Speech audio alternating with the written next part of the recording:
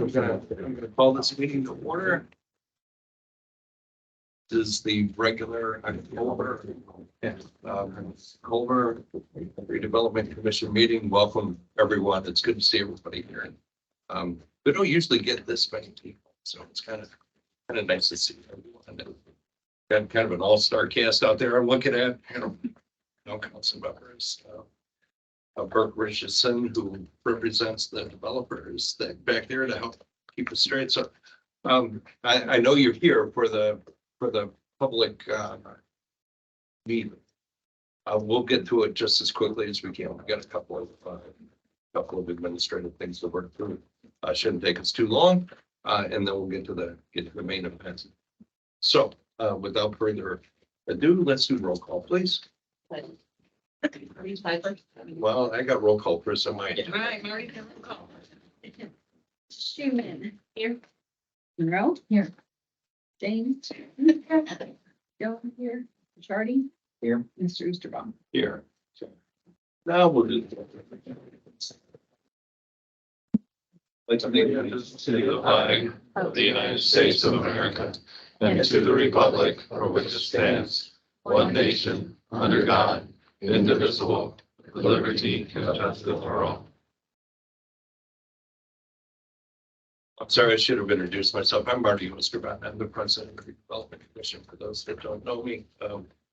And other Redevelopment Commission members, why don't we introduce ourselves since we have so many new faces? I'm Jenny Monroe. Sarah Jones. Sally Ricciardi. Kevin Dante. I'm Karen Hine, but I'm just working.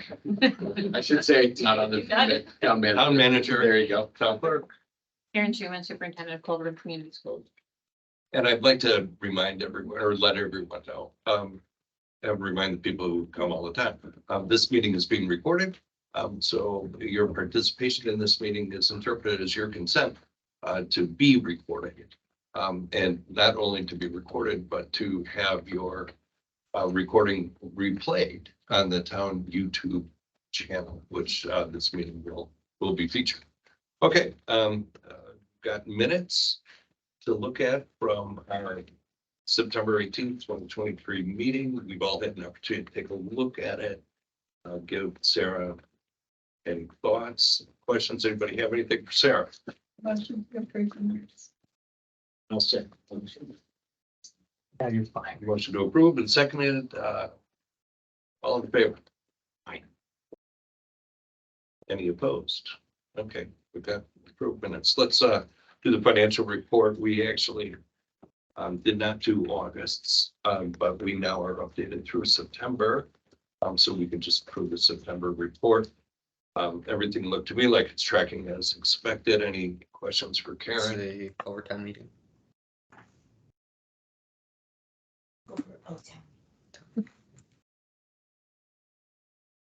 Thank you. Any questions for Karen on the financial? Okay, then I'll entertain a motion to approve financial report through September. Me. Okay, any seconds? All right, Thank you. I'll approve. And all in favor? Aye. Okay, any opposed? All right, so that is approved, that motion. We have approved financial report for September. Okay, the first matter of old business is the dune status. It's a standing agenda item for this meeting. Has been for several months. We're gonna do without that today because we're gonna get to a lot of dunes discussion in just a minute or two. The other old business is approval of claims. My review is that none of this is new. All of it was approved in prior meetings. We've got 14,301 in facade grant, roofing improvements at the Culver Coffee Company. We've got a total of 55,478.99 in capital improvements at the park. That goes to Bellwood Roofing and Thomas Excavating. We've got $800 in advertising expense for the visitor center. And then we've got $8,176.66 in invoices from the Troy Group related to engineering for installed projects. Are there any questions related to claims? No, I did see Karen's note about the two facade grants. Do you want to do that separately and have us do claims first or discuss those as well? Let's see, for the Millwood roofing, that was a facade grant for the, or it wasn't a facade grant, but it was for the park. The Heritage Park. For the pergola, and I just confirmed with Kathy that it does go to another. So that's fine. And then for the Culver Coffee Company, I guess if I could just get.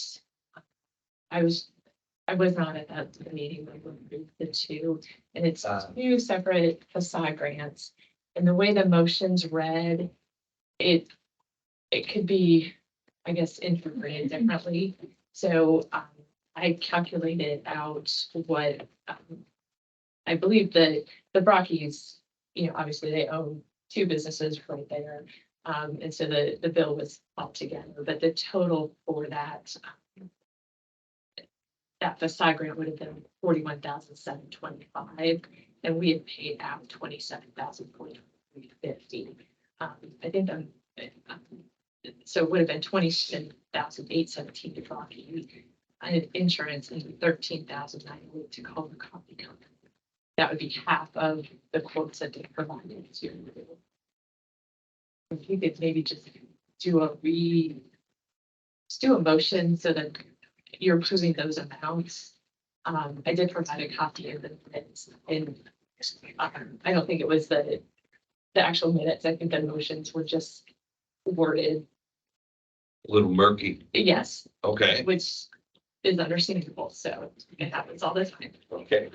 So, I have a slightly different number for Brockies for that now. I have 27,403.50.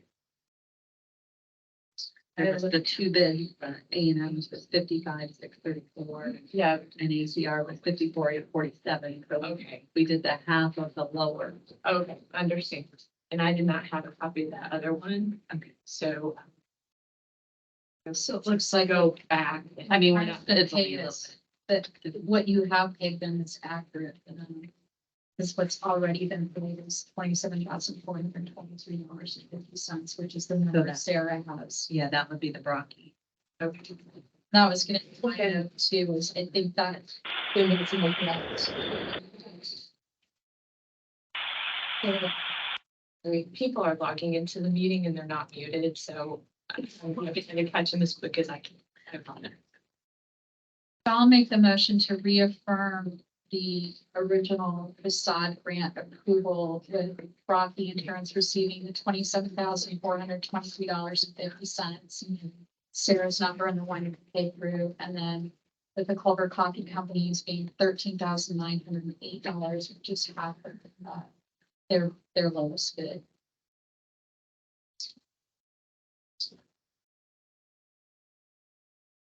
I will decide if you will approve claims with the. right. And that number changes from 22 to 80. 27. Oh, no, I'm sorry, I'm looking at the wrong one. It will change from 27,817 down to 27,423.50 So that's 423 and 50 cents. cents. Okay. So, So I'm reaffirming the facade grant as part of the claims, to make the motion to approve those two numbers as well as the rest of the claims. you have a second, any additional discussion or clarification? In which case I'll call for a vote. All in favor? Aye. Any opposed? Okay, thank you, Karen. Jenny, Sarah. Thank you. Okay. You know how much fun we usually have? Okay, so let's go to the new business and the public meeting. This isn't a hearing, it's a meeting, and we're required to have one of these if we eventually issue some bonds to support a housing project in town. So we're not going to vote on anything tonight, but what we want to do is hear from you. We want to accomplish a couple of things, actually. We'd like to get as many facts out there as we can, because once the facts are out there, we can debate whether or not it's good or bad based on, but I'd like to do that based on the actual information, right? So we want to try to get some of that information out here tonight. Equally, and not more important, particularly at this stage for us, is to hear from you and to understand what your concerns are. Because then we can work to address them, and that's really what this group has been trying to do and is committed to continuing to do. So, did you want to help figure out how to moderate or do this? I think I'm comfortable with letting the flow of the room go with a couple caveats, maybe. Number one, we have a lot of people we need to hear from, and I like that diversity of voices. I certainly do not want to steer the conversation one way or the other, but we also have to recognize that we need as many voices. So if we could maybe direct a comment or a question in with some precision and maybe a little, keep it tightly framed, that would help concentrate the feedback in the conversation so it doesn't run. As one that was guilty as a teacher of dominating conversations within my classroom, be aware of the surroundings and people around you that want to participate and let them get into the conversations. If someone needs reminding, I hope you understand, I might say something, but it's out of respect to the room and nothing personal, just as a reminder of keeping things a little tight in terms of the conversation. If that's acceptable, yeah, okay. Don't hurt the moderator, I guess is what we're saying. So that's how we want to frame our conversation tonight. Thank you, Valerie. Or do we need to collect names? We'd like to know names and addresses if you, because that helps us follow up with you. You raise a question. So if you would identify yourselves, we'd appreciate that. Okay, so there's what it is and what it does, to Culver or for Culver. And so if we start with the what it is, I think that's closer to the facts. I think on a discussion of what it is, maybe let's start with basics. Describe, the project, what's in it, how big, where it is, who's doing it.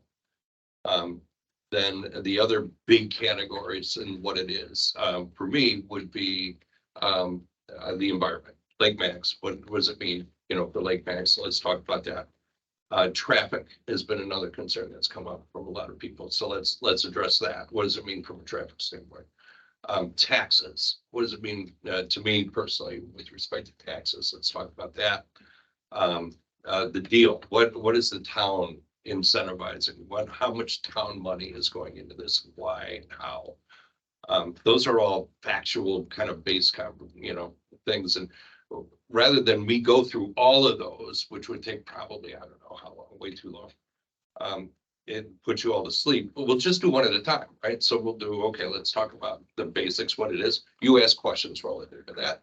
And then when we're done with those questions, we'll go to the environment, like Max, done with questions on that. We'll go to traffic, so on and so forth. Does that sound good? Okay, so facts. It's a development that is proposed by Culver Equities Companies. That's and Burke, you're going to correct me wherever I go wrong here, but it's So far, so good. part of the affiliated with the Collins companies. Very experienced, well-known developer, particularly in Indiana rural communities. They have a partner there in Wade McGee, who is the property owner of that land out there. It's located south on South Main Street, just south of Davis. It is all to the west of South Main Street and runs from Davis Street approximately to the beginning of the cemetery on the other side. So a little bit past, what would that be? And it actually runs to there's a set of pine trees. Pine trees, runs to the pine trees. There's like That's the best 4 way to acres describe it. in there. So who's there? We talked about the builder. The builder wouldn't be the Collins companies, except there is a part of this project that needs to be competitively bid. We don't have those. We don't have that bid out yet. We don't even have the specs all together for that bid yet. The Collins companies will be bidding on that part of the project, but they aren't necessarily going to be the successful bidder on that. So there's a part of this that may not be built by the Collins companies. But the majority of it would be built by the Collins companies. The part that needs to be bid is the part that is associated with the grant money that we've gotten from the state relative to the project. Am I saying that right so far? Yeah, and it's actually a federal grant, it's a grant. So Federal grant thing administered through the state. Okay. Thank you. So how many units, what type? So the current plan calls for a total of 152 apartment units. And that is running in 8 buildings, 15, I've seen both numbers. I'm not It'd sure. be 9 multifamily buildings. 9 multifamily buildings. Those 152 apartments would be complemented by 149, what I'm calling, that they're either duplexes or they're condos. Burke likes to call them condos. The municipal advisors like to call them millenniums, whatever the heck that is. I like to call them homes because they stand by themselves, right? These weird. Correct. The legal term for it is it's under a condominium regime, so we call them condos. Okay. So you've got 152 apartments, you've got 149 condos, put those all together, that's 301 total front doors. Okay. The apartment buildings the apartments break down into 36 1-bedroom, 72 2-bedroom, 24 flat apartments. Now, how many bedrooms are in a flat? They're 2-bedroom, 2-bath, or 2-bedroom, 1-bath. All those have a 1-car garage. Okay. There's 24 senior living units. 12 of them are 1-bedroom. 12 are 2 20 senior units. 20? Yeah, Or did I say? you said 24. Oh, There's there's 20. Yeah. Okay, so is it 10 and 10, 1-bedroom and 2-bedroom? There are 8 2-bedroom and 12 1-bedroom. Okay. Thank you, Burke. It's good when you're here. All right. Some of the condos will be leased, some will be sold. We don't know how many of those condo units will be leased or sold at this point. All of them will go at market pricing. There's no subsidies in the rent or in the purchase price for any of these units. When will they appear? According to the current plan, in the spring of next year would be a phase 1, which would include 78 apartment units, 24 of the condos, 12 of the duplex units, the 20 senior living units. The clubhouse would get built as part of phase 1. The clubhouse is intended to include a pool, tennis courts, and there'll be a playground. That's phase 1. So that would start in the fall of 2020, or I'm sorry, the spring of 2024. And the next phase would start to the fall of 2025. So Correct. 2 years to 2 years from now, right? If I've got that right. It's 2023. So fall of 2025, there would be an additional 54 apartment units, 24 homes, condos, and 16 duplexes. And then phase 3 and 4, which are just condos, would be TBD. Correct. Following that. Correct. In phases 3 and 4. There's infrastructure associated with this, obviously, because there's no roads in this field right now. It's just deer. So that will be built in 2 phases. The first phase would include all of the sewer, all of the roads, all of the water. So phase 1 would include the water and sewer for the entire development, because that's where ready funds and matching funds are going towards. Well, right now, ready is all the water and sewer. And so that we can put a bid on that one item and use that all at one time, though the whole development would go of that portion would go in at once. The storm and those types of structures would go in as required by hard surface. And then the roads, curbs, street or sidewalks, streetlights, all that would be in the phase one area, phase one and phase two, which is really the northern portion of the development. And then the roads for the southern portion, phases 3 and 4, would come in as phase two. Phase 2 of the infrastructure. Correct. And is that lined up with phase 2 of the development? Correct. Okay. Yeah. So then phases 3 and 4 would be able to be constructed with some of that infrastructure all the way Already in. there. The final top coat of asphalt and things may not come until some of those condos and stuff are completed. Okay. All right. There's a walking path, there's a golf cart trail around the circumference of the property. Plans called for a park, wetlands area, dog park. The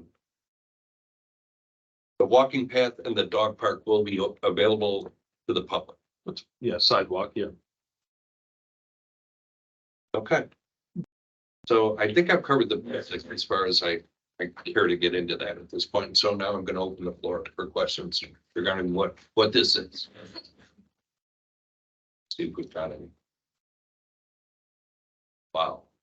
That wasn't what I was expecting. Yes. So if you could expand upon the, Your name, please. I'm sorry, thank you, Bruce Anderson, Thank you, Bruce. 716 Peru Court. So the question is about the housing and will there be a homeowners association involved? Yes.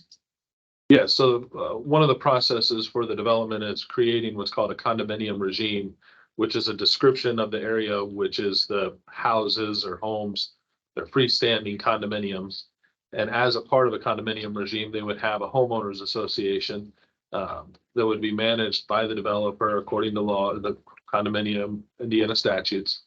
And then that would be transferred over according to that same law to the control of the condominium owners. And they would create a board and have a president and a vice president.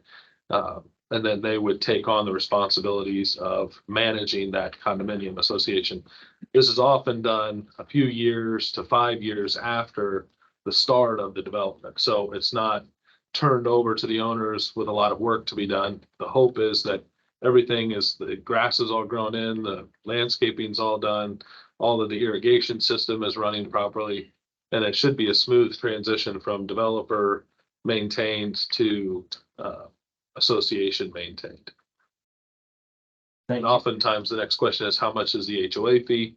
Where we're looking at right now at a HOA fee of $125. $75 a month goes towards the operating expenses and $25 a month, or 50, I'm sorry, goes towards the reserve replacement fund right away. And we oftentimes have a period of time in there where there's a question of, is this an HOA expense or is it a developer expense? And in almost all circumstances, the developer has picked up those expenses to help facilitate the HOA having a strong financial basis and not incurring expenses early on in their development. They could hit their financial accounts. So there's, with the question, it's often deferred to the developer to finish off any type of sediment issue or seeding issue, those types of things, to really get everything nice before turning it over. And as any HOA. 3 minutes are up. Yeah. So, yes, Paul. Paul Benedictus, 4244 Place. Two questions. The first is, I understand Collins has an executive storage project as well. Or is that going to be constructed? Will that coincide with any of this build?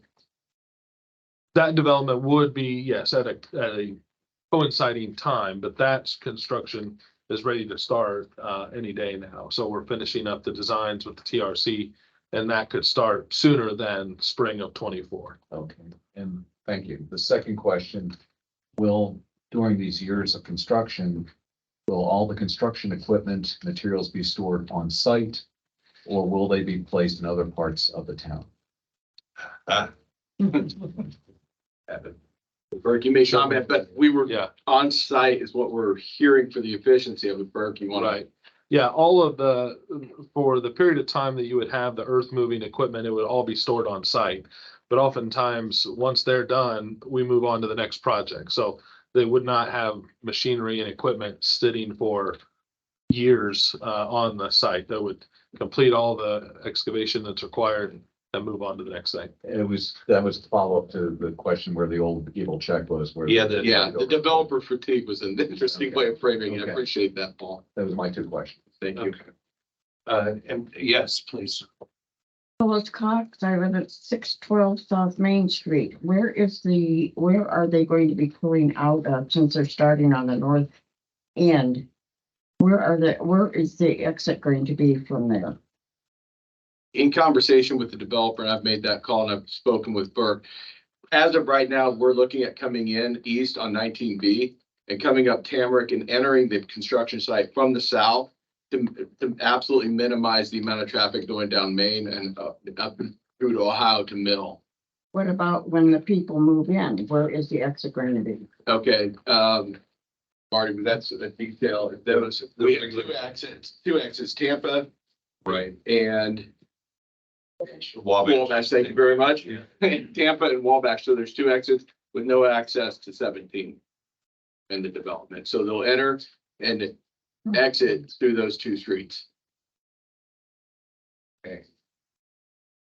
Talbot, 215 South Ohio Street. I just have a question as to what is the size of this development as compared to the one in Plymouth? Just in general terms, like. Yeah, the site in Plymouth is 220 one or two units. So this is a little bit bigger in terms of single or the condominiums is really the difference. There's more multifamily in Centennial than there is in the Dunes. Thank you. Yes. Bruce Anderson again. Just to follow up a bit, if I could. The market analysis for these properties tell us what do we know? We know there's a lot of development going on in the state of Indiana that is not really out there it's being purchased by businesses and you see the ads all the time, buy my home and all that sort of things. And so are we need to understand a little bit about what market we're looking at here. Are we building homes and properties that are going to be purchased by other businesses or by individuals? So what is the market Yeah, for the, okay. I want to I just wanted to get that question. I'm kind of debating because I'm losing control of my agenda a little bit, but I don't want to ignore the question. Why don't we do that and then we'll talk about Lake House, the environment next, and then we'll talk about that. So obviously we have limitations on trying to limit the sale of a home to a purchaser. And we have requirements as far as fair housing and those types of things go. But the intent behind the development is to provide for the market that exists from partially a higher end market, but also to allow or use that higher end purchase to allow for some more market rate and what we would say affordable type housing as identified by the state of Indiana. And so our hope is to try and leverage both of those types of products into homes that are on the low end, the $290,000 at the very low end, but get some of those $350,000 homes in there if they're for sale. And in order to do that, it requires a lot of efficiencies, bonds, and those types of things in order to get that done. How do you see the rental?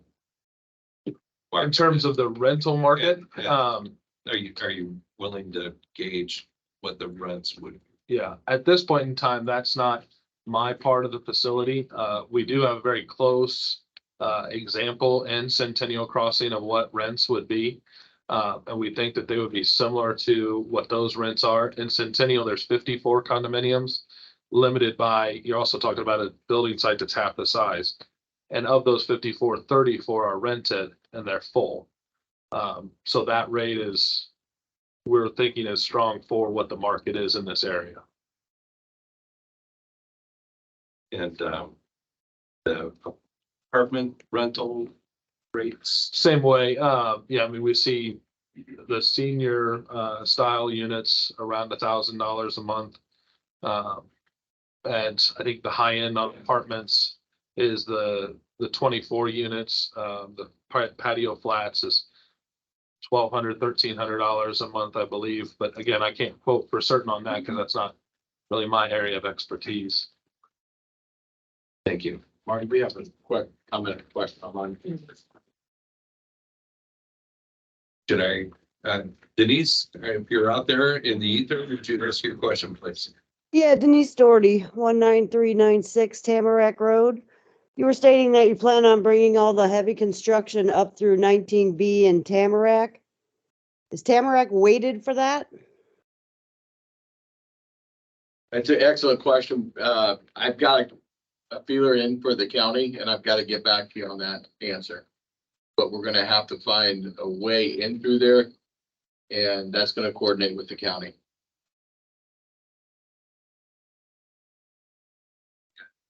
It's a, this is a good opportunity before we move on. I know there's another question. We'll get to that in a second, but Marty, I can just to some degree answer some of that in terms of the weight of the equipment. They get permits from the state of Indiana on where they can drive the vehicle or the weight of the vehicle that it is. So the state of Indiana would have to receive a plan of travel that would approve that plan based upon the roads that are existing. Denise, did you hear that? Oh, okay. Yes, I did. Okay. Okay, great. Thank you, Bert. Mhm. Thank you, Bert.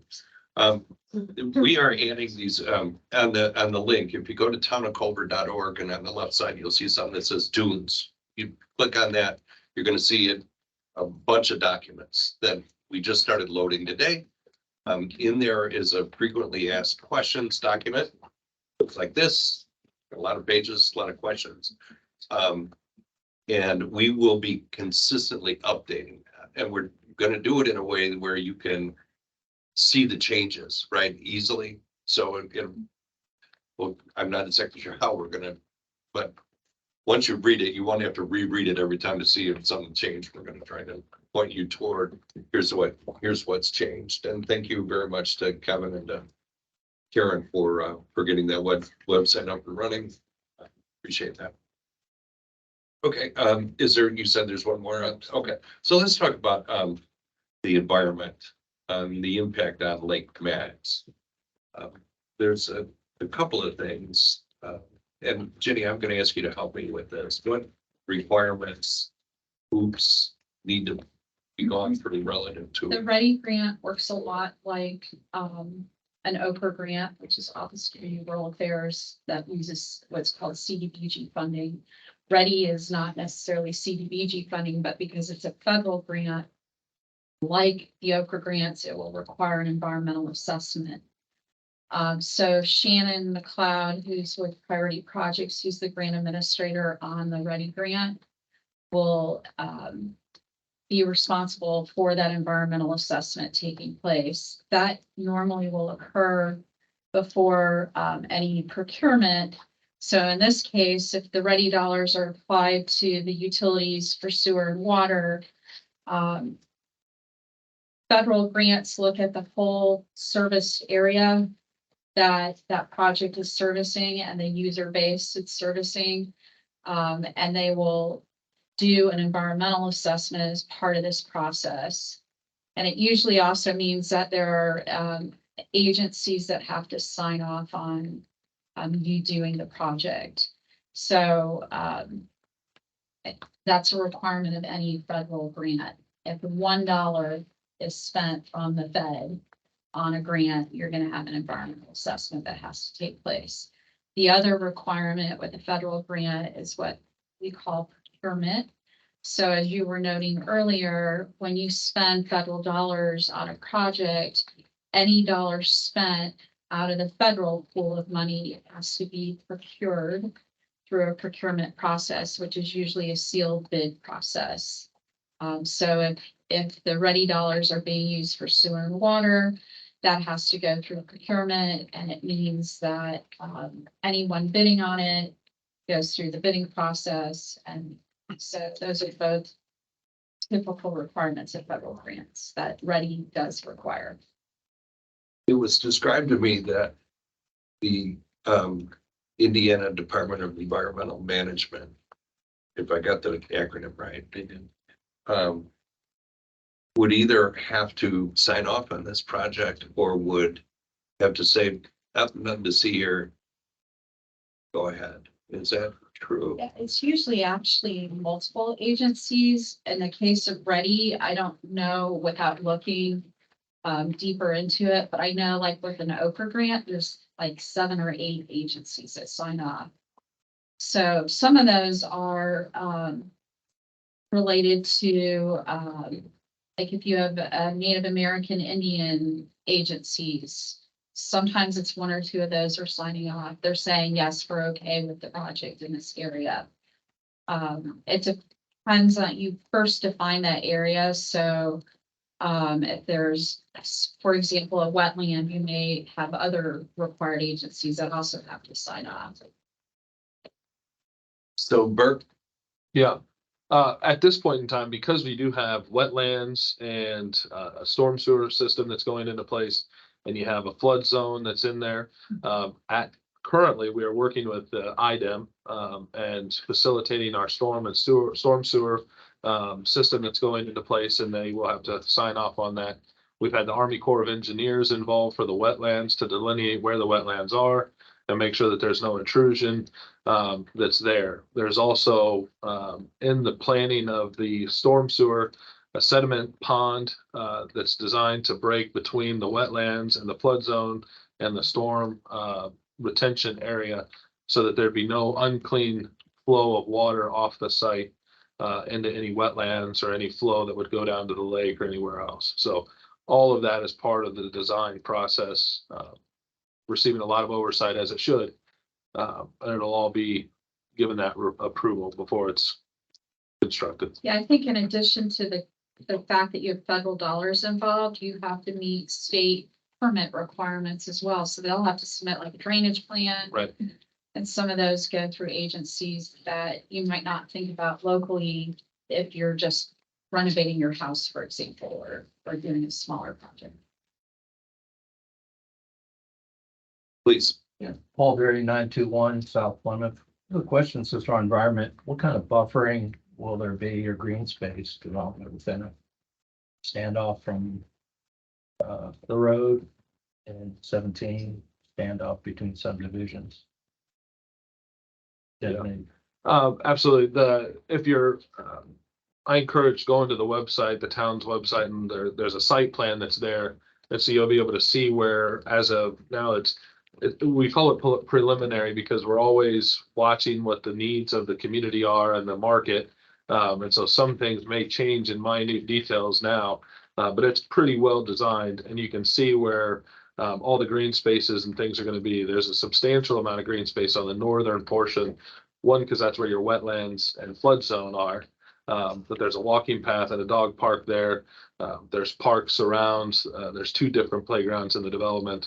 And there's also zoning requirements that we have to meet in terms of what impervious versus pervious surfaces are.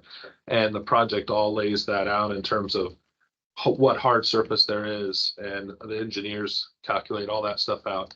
And we have to meet that. We're well within that window. So there'll be substantial amounts of green space. Everything will be professionally landscaped. You'll have hundreds of trees brought in to put around the different areas and beautify the area so that it all kind of looks cohesive. A good example on a minute scale would be to go out to Maple Ridge and kind of see as that's now a few years into maturity. And you can see the trees that are built out there, the water retention area, those types of things. It'd be maintained in the same way on a larger scale. Really quick on the mass, on the website on the dunes, there will be a folder in there that are maps. So when I get maps from Burke or from the developer, I put them in there, and I've gone back to look for previous additions too. So you can see how the development's changing and growing as a kind of an evolutionary stage thing. So there is the most recent map, and please do take a look at it. Other environmental question? Oh, can you spell your last name for me? Barry, BARRY. Okay. Now, in the FAQs, there's a link to the Lake Max Environmental Council's review of the watershed, the Lake Max watershed. And they looked at it in response to this project, not reviewing the project itself, but in response to the project, because there's a number, and I'm interpreting this article. I'm no expert by any means, but it said that there comes a point in the watershed where it gets too much impervious surface, where it begins to degrade the entire watershed. And the question was, do we have within the Lake Max watershed, which is relatively small watershed, too much impervious already? And the answer is no, not at all. There's room for a whole bunch more impervious if I read that study right, even after the dunes. So we don't have an issue with the watershed degradation, if I'm saying nothing right at this point. Karen. So I'm a member of the Lake Max Environmental Council, and we met last week, and we had a discussion with our budget of whether we need to do our own environmental impact of this dunes project, just to do our due diligence as part of the council. And for the review, the dunes project is not part of the Lake Max environmental shed or watershed. It is south of it. And that with the buffering that is in there, it creates that. The only concern was potentially during construction, if there is one of the ditches, that there's buffering or there's systems that they put in when they do construction to make sure there's no backflow of water. So as long as that is in play, that was the only thing the environmental council was concerned with this project. Just proved that I'm no expert. Thank you. Marty, can I ask Burke a quick question on this? Did the Centennial project implement, did you all follow a complete streets plan for that one? Yes, we did. Yeah. So I was actually the chair of the Complete Streets Committee that passed the local ordinance for the Complete Streets. And so I made sure that we complied with the Complete Streets requirements, and everything in there is passed and received approval for that. And that, coincidentally, that project also had wetlands issues and was surveyed by Army Corps of Engineers and maintained with no violations, and everything is moving along well. So we're just now finishing up to where we can take out the last of that sediment issue or sediment defenses, and everything will be kind of finished up here in the next few months. So Are you guys planning for complete streets with this condo regime? correct. Yeah. Okay. So everything in terms of, we got all kinds of things coming, ADA requirements and slopes and sizes of sidewalks and all that. Sure. It's all going to be walkable and have walking paths and those types of things. So we also look at slow moving vehicle stuff to make sure that all the roads are wide enough. Even in Centennial, if you drive up there, the road is exceptionally wide, more wider than Alan would have liked it, but it meets all those requirements. So that's certainly something that's on the billboard for us to make sure. to Yeah, take care of. I just asked because I know it's in Culver zoning ordinance, but I don't know that we've ever followed it with the development to date. Sure. So, okay. Yeah, we'll make sure that the developers or that the engineers are compliant with it, but as so far from my understanding, this is I'm compliant. gonna interrupt just to make sure we're not missing any questions on the environmental. Sorry, guys. Yeah. JD. J.D. Castleman, 641 Forest Place. Karen, I wanted to ask you again, did you say that last week when you were at the environmental council meeting that the dunes property is not part of the Lake Max watershed? Correct. It's the watershed of the Chicopee River. It is not part of the Lake Max watershed. Oh, right, okay.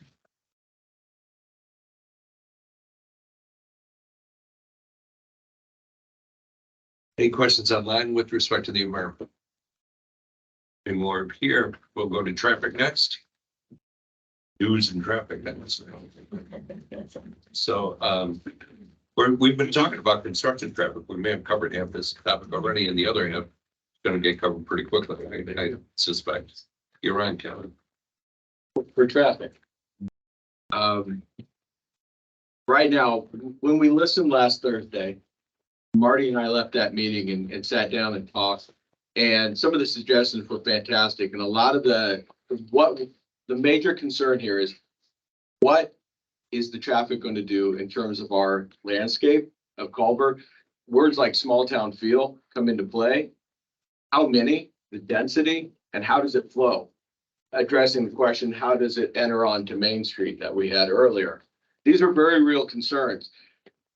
Rather than speculation, Marty and I agree that the study is necessary, and grabbing that data is going to be valuable. So we contacted Maycog, correct? And we got them. And we're going to get the data and start looking at exactly what the pattern density. And I think we're also concerned about the boat traffic. That was another concern that was brought to the forefront. What's that going to look like in terms of lake, and how is that going to impact us? These are questions, and I'm not comfortable necessarily with conjecture. I think we need to be data driven. I think we need to find those answers and bring them to the forefront, and at least share that data openly and publish that on our website so you can have direct access to the data, and we'll sit and process it. But we can certainly entertain questions towards that tonight, and maybe capture a few more concerns we hadn't heard from Thursday night. So I welcome anybody with questions, but I can't guarantee answers. All of Benedict, this 424 Forest Place. My first question tying into traffic, because that just drive the feel of the town and frustration, because everyone who buys something will be a new resident of this town, either full-time or part, and they're going to want the same experience. I got more uncomfortable when we went from 200 units in one of the original plans to 300 units. And that in conjunction with the executive storage, which I'm glad to see that, which means there's a lot more traffic on our town, and it's hard to get in and out of this town without doing it less than 4 stop signs. I am glad that you're doing what you're doing. My question goes to, I think the 2014 comprehensive plan had a map on transportation and mobility. And on that, down in that southern area near Tamarack, they had a recommended or projected exit to 17. I really think that is something we're going to need, either near term or longer term.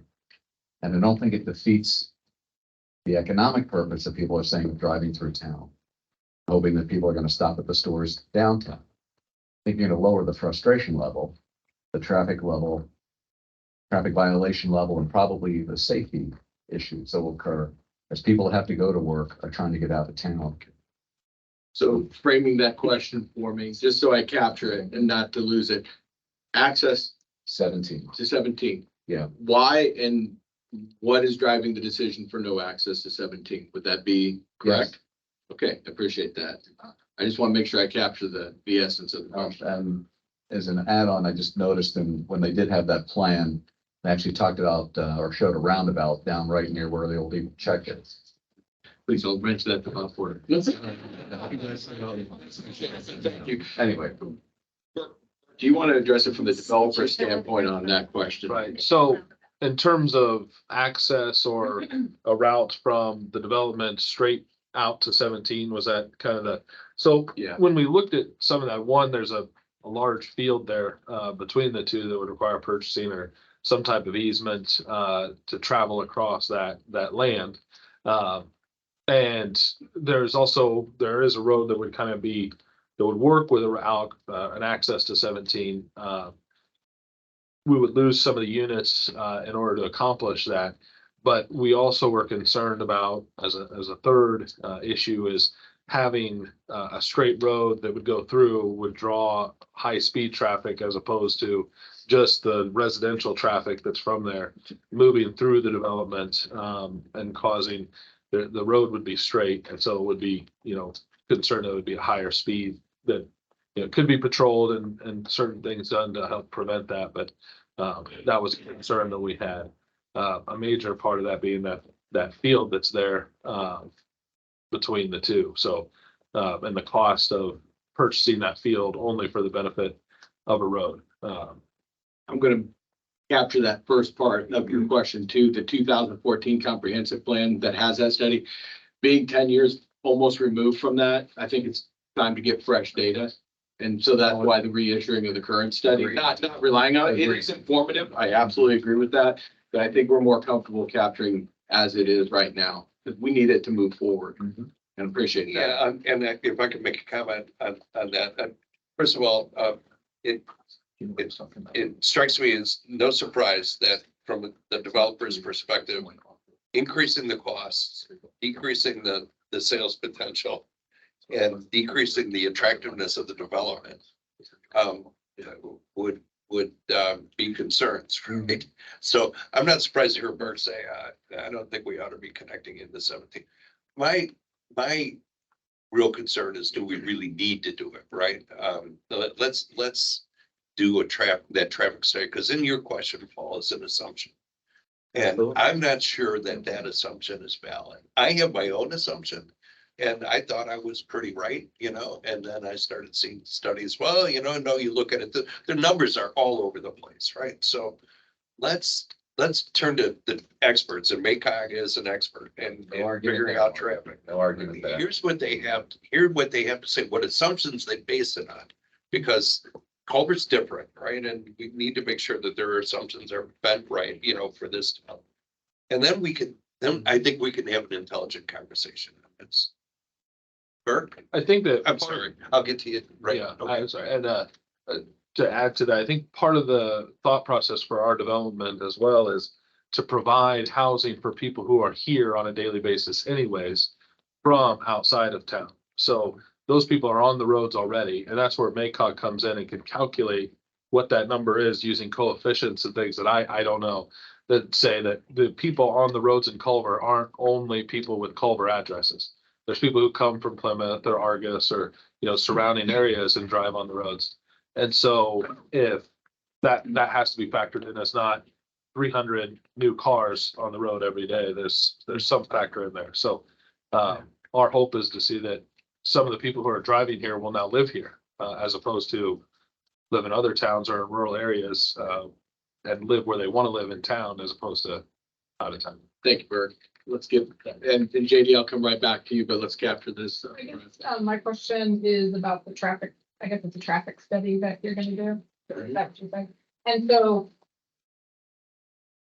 I presume that carries through to the roads that are gonna access this development, which pretty much are, traffic goes down South Main and South Ohio, which is what I live on. Yeah. And I've always been concerned that thrift shop is right across the street from my house. On Saturdays, especially, people park both ways. Boats are going up, and for some reason, the boat towers go up and down Ohio Street. There's people. Then you have a festival that, like this past weekend, which the traffic wasn't an issue because the weather was bad, but they closed that, and then they come down South Ohio.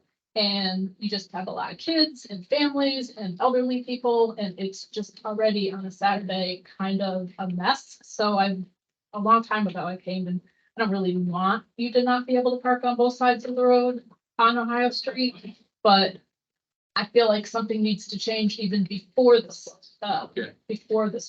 So what you're really asking is how comprehensive will our study be Right. able to include Think that? about it. I would. Absolutely. like We can part- define that scope, and I appreciate you bringing that up, and we'll definitely capture your end, because Ohio's gonna have to be considered there.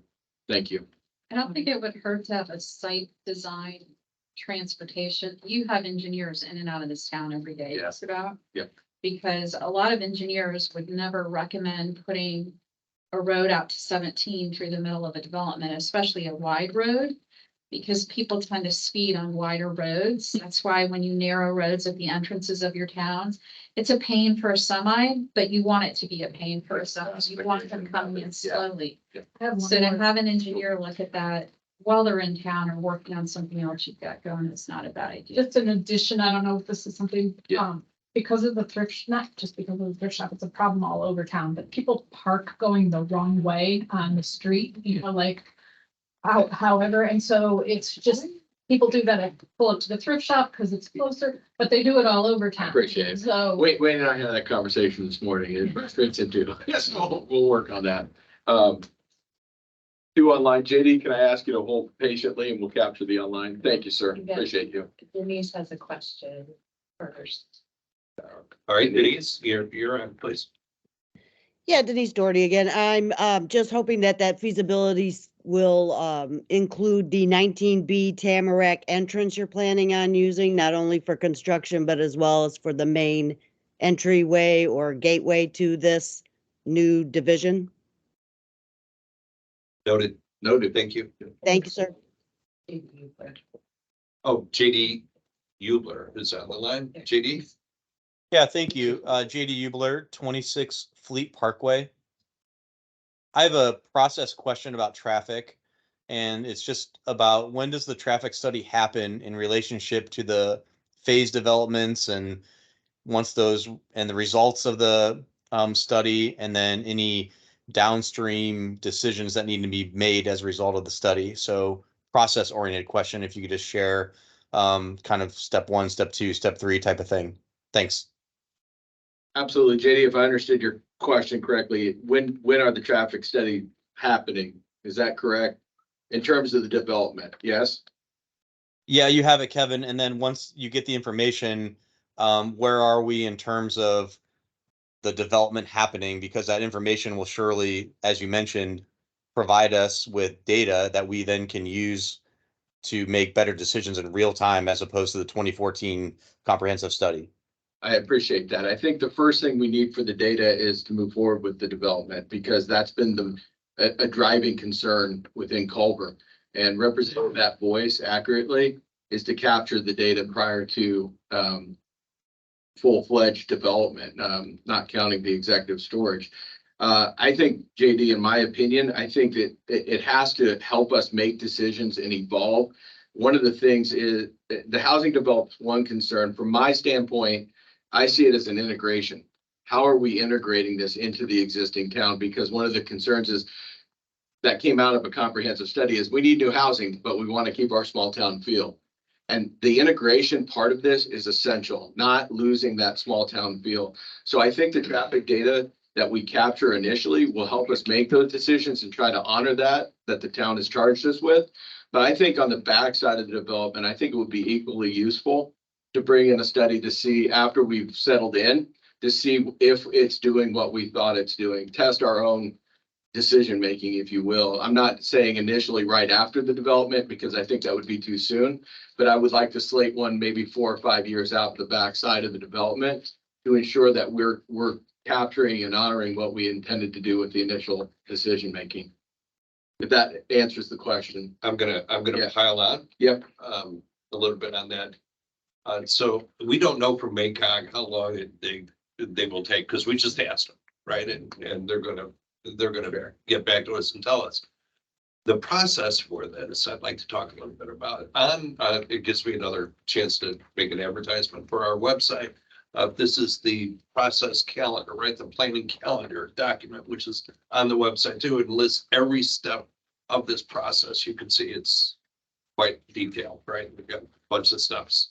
But I'll just point toward December 12th of this year, where the town council, this is all projected, right?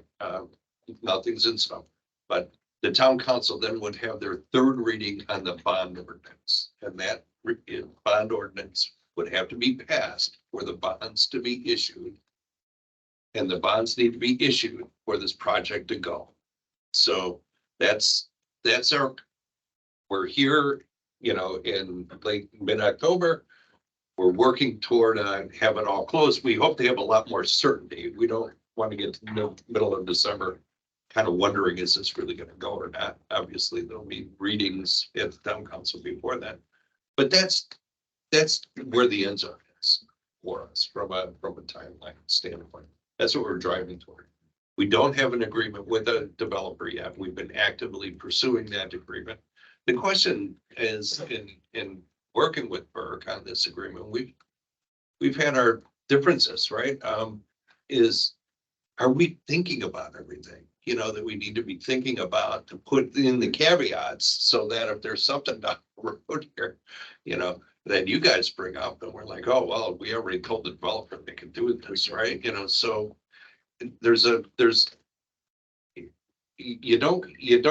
you have to do something simultaneously, you know, in this. And we're working kind of simultaneously, but that's how I'm viewing it. Is there a better, do you have any better advice? Anybody who's been through this before? Right, leave it there.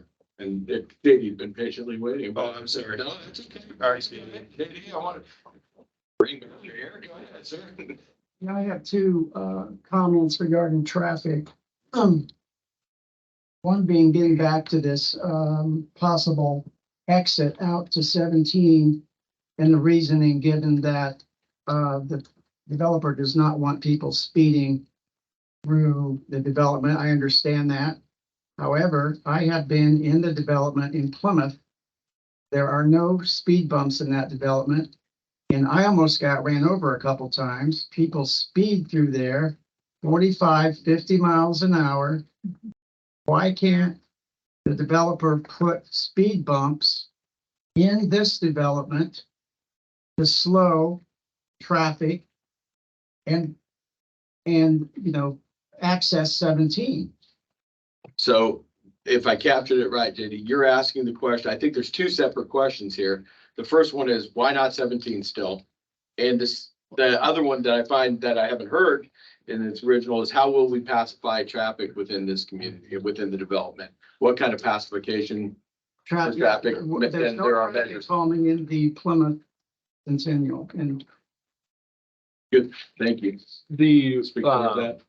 The infrastructure and roadways that were developed in Centennial were developed with the oversight and input of the town engineers and according to the development standards as required by their ordinances and laws. And the street was designed the way it was because that's the way they wanted it. It's going to be their street. And we don't have the ability to dictate to the city what they would have included in their streets. And Plymouth does not allow for speed bumps due to several issues, some of them being snow plows and those types of things. So how the design all goes through technical review and the engineers and the street department and everybody's there and they dictate what they want in the streets and then we build them to that spec. Because if we don't, then they won't take them over and then we own streets that we're not a street department, we're a residential development company. So as to the requirements for that, that's why they were built that way, because that's how Plymouth wanted them. And we're obviously maintaining the Centennial project and speeding is certainly a problem that we have, and we're trying to address that. And that's common in all developments in any town, unfortunately. So it's certainly something on our radar and we try to address. And that kind of just, any development here in Culver would also follow Culver zoning engineers requirements for any of the roads that would be turned over to the city once they're completed. We would build them however the city wants us to build them so that they're happy with them. Okay, thank you, Bert. So we've been at this an hour. We've got taxes, the town incentive, and then what it does for Culver or to Culver. Should we just keep plowing through or does anybody need 5 minutes? Consensus, plow through. Yeah, good. Let's do that. All right. So let me introduce taxes this way. The two concerns that I've heard mainly are, is it going to make my property tax go up for my house? Will this project make my property taxes go up or down? So let's start with that one. If I would answer it this way, and I'm standing to be corrected all through this tax discussion, I have no tax. But if somebody builds a house next door to your house, the value of your house could go up, could go down as a result of that. It could do nothing as a result of that. So this project, if it goes in, would have that kind of effect on your house, right? Could make it more valuable, could make it less valuable. But it won't directly impact it because of what gets contributed to the overall tax bucket, right? We're going to talk about tax increment financing, and it gets hopelessly complex, but I'm going to go there with you in a minute. But think of it in the meantime as something that is just walled off from a tax standpoint. So the buildings here will generate property tax revenue. That property tax revenue doesn't go into the general bucket. The valuations that are part of this development, what the buildings are worth, what the houses are worth, do not go into the county's numbers when they are taking the total spend by Culver and the county and the library and the school and the other what are called overlapping taxing districts. They take all those, what the government said those things, those bodies can spend, and then all the valuations that contribute to that, and they divide one by the other, and that becomes your tax rate, right? And then gets applied to your house. Well, this doesn't impact any of that stuff when it's in a tax increment financing district. It's walled off, except after 20 years for part of it, and then 25 years for the other part of it. So it will, if you hang around here long enough, impact your tax rate on your house, but not for 20 to 25 years. And I'll explain a little bit more about why that is. The other tax question that's come up is, geez, what happens, if the developer defaults and, Culver's given them all this money to build all these roads, and now I got to pay for it. Well, that can't happen either. The reason is because the bonds that are being contemplated here are called revenue bonds. They get the payment on these bonds, the principal and the interest gets paid by the revenues generated by the project. So the property taxes on these homes, condos, and apartment buildings will be used to retire the debt, the bond principal and the bond interest. And if there isn't enough revenue from these homes and apartment buildings to pay the interest and to pay the debt service on these bonds, there is no recourse to the town. There's no obligation on the part of the town to pay those bonds. There is no obligation on the part of the CRC to pay those bonds or pay that interest. If the homes aren't built and the bonds don't get paid because the homes aren't built and there's no tax revenue being generated, the holder of the bonds is out of luck. The holder of the bond, the biggest bond as part of this, would be the developer. So the developer has every incentive to build this project because he's essentially fronting the money to a large extent and getting paid back later with interest via payment on the bonds and the interest on the bonds, but only if the tax revenue gets generated. Am I describing that well enough? Yes, absolutely. So the only things I might add respectfully to that description is to help maybe kind of clarify is that when the bond is issued, there's no money that changes hands. There's no funds that are paid from Culver's money or CRC's money. No money is changing hands. The bond is issued so that it puts in place this repayment plan over the 20 to 25 years. The developer then at their cost puts in all of the infrastructure and then gets reimbursed over that 20 to 25 years from the tax revenue that's paid within the development only. If you do research on TIF bonds, some TIF districts will encompass large amounts of property with large amounts of taxpayers and all kinds of industries. This is just focused and just limited to the Dunes site and the executive storage site. Those two spots are the tax revenue that's going to be captured. And then that's used to make those bond payments. If the bond payment if there's not enough tax revenue to make the bond payment, the only added recourse that I would say that there is that it can be banked for future payments. So if the bond payment is $100,000 and we only have $75,000, the 75,000 gets paid, the 25 is held as still owed, but is only going to be paid when and if there's money above and beyond what's owed and required to make that payment. So the investment by the community is $0. The risk of loss to the community is $0. And the developer here in this situation would bear all of the risk in generating the tax revenue to be reimbursed by.